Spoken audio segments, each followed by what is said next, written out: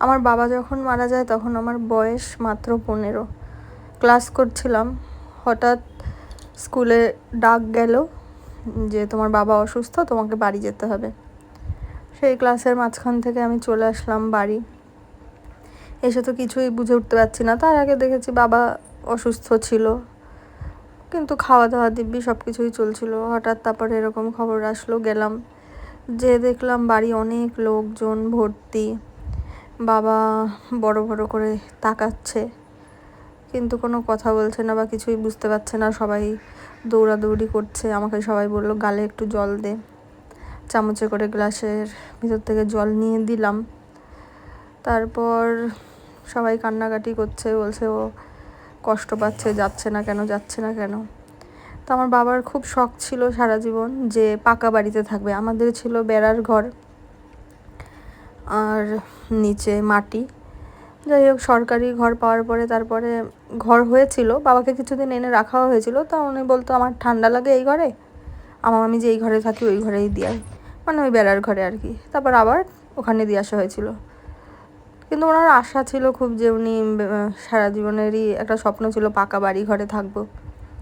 যাই হোক, ওই ভিড়ের ভিতর দিয়ে একজন বলল যে ওর তো এরকম আশা ছিল পাকা বাড়ি ঘরে থাকবে, তোরা এক কাজ কর ওই ঘরে নিয়ে যা, দেখিস ওর প্রাণ বেরিয়ে যাবে। সেই মতোই সবাই ওই যে মাদুরের উপর শুয়ে থাকতো সেই মাদুর দুই পাশ থেকে ধরে ওইভাবে নিয়ে গেল, বারান্দায় রাখলো। রাখার মনে হয় 2-3 সেকেন্ডের ভিতরেই আমার বাবা চোখ মোটা মোটা হয়ে গেল। তারপর সবাই পিসি কানে নাম দিচ্ছিল, হরিনাম। তারপর চলে গেল আমার বাবা। আমি সবার বড়, আমার পরে আরও ছোট ভাই বোন ছিল।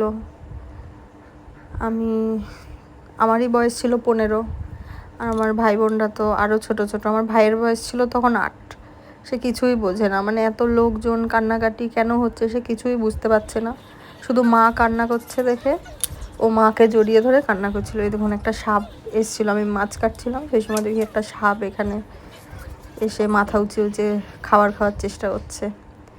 যাই হোক, মাও অসুস্থ ছিল, মা চলে গেল কিছুদিন পরে, বছরখানেক পরে মাও চলে গেল।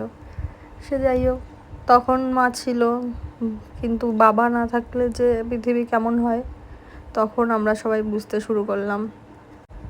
লোকে বলে কানা হোক, খোড়া হোক, প্যারালাইসিস হোক, তবু যে বেঁচে আছে, বাবা আছে, এই ভরসাটা একটা অন্য জিনিস। যাদের বাবা মা নেই তারাই একমাত্র জানে পৃথিবীটা কেমন।